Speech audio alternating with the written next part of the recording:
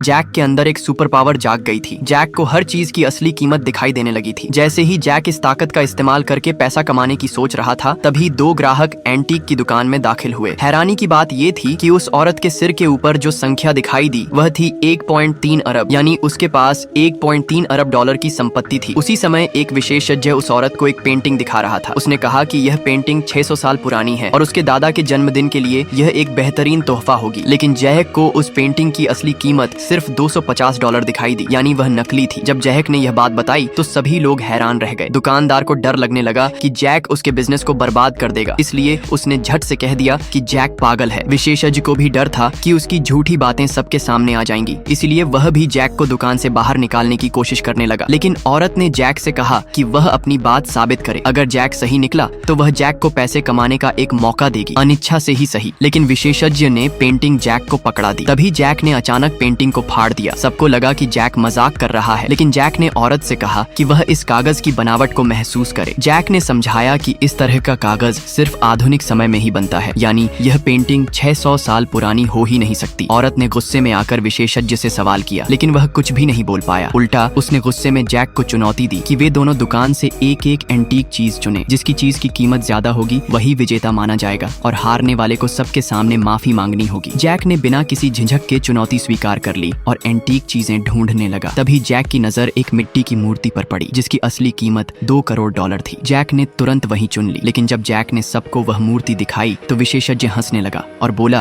कि यह तो साफ साफ नकली लग रही है। दुकानदार भी जैक की पसंद देखकर घबरा गया। जब कोई जैक पर भरोसा नहीं कर रहा था, तभी जैक ने शांत भाव से वह मूर्ति जमीन पर पटक कर तोड़ दी। अगले ही पल उसके अंदर से एक उच्च स्तरीय जेड की बनी मूर्ति निकली। जेड की एंटीक मूर्तियों की कीमत के अनुसार इसकी कीमत कम से कम 2 करोड़ डॉलर थी। उस पल सब लोग सन्न रह गए।